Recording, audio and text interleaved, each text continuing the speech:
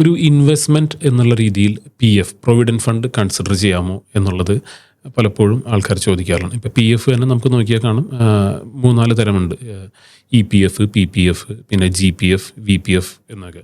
പക്ഷേ മെയിൻലി നമുക്ക് കാണാം എംപ്ലോയീസ് പ്രൊവിഡൻറ്റ് ഫണ്ട് അല്ലെങ്കിൽ പബ്ലിക് പ്രൊവിഡൻറ്റ് ഫണ്ട്, ഇങ്ങനെ 2 കാറ്റഗറിയിലാണ് പ്രൊവിഡൻറ്റ് ഫണ്ട് ഉള്ളത്.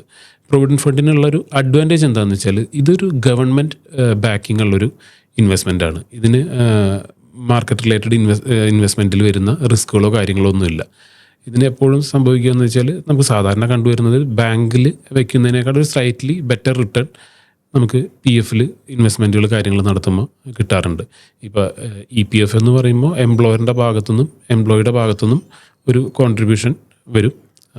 ആ ഒരു ഇൻവെസ്റ്റ്മെൻറ്റ്സുകൾ കാര്യങ്ങൾ നടത്തിക്കൊണ്ട് പോകുന്നു. പി എഫിലുള്ള ഇൻവെസ്റ്റ്മെൻറ്റ്സുകൾ കാര്യങ്ങൾ നമ്മളുടെ ആവശ്യകതകൾക്ക് അനുസരിച്ച് നമുക്ക് ഇടയ്ക്ക് വേണമെന്നുണ്ടെങ്കിൽ പാർഷ്യൽ വിഡ്രോവൽ ആയിട്ട് എടുക്കാനൊക്കെ നിങ്ങൾക്ക് പോസിബിളുമാണ്. പിന്നെ പി പി എഫ് എന്ന് പറയുമ്പോൾ നമ്മൾ തന്നെ തീരുമാനിച്ച് എടുക്കുന്നത്, അതിലേക്ക് എംപ്ലോയറിൻ്റെ ഒരു കോൺട്രിബ്യൂഷനോ കാര്യങ്ങളോ ഒന്നുമില്ല. നമ്മൾക്ക് എത്രയാണോ വേണ്ടതെന്ന് വെച്ചാൽ ആ ഒരു എമൗണ്ട് വെച്ചിട്ട് നമുക്ക് തന്നെ ഇത് തുടങ്ങാം. ഇത് നോർമലി ഒരു 15 വർഷത്തെ ഒരു കാലയളവിലേക്കാണ് പി പി എഫ് വരുന്നത്.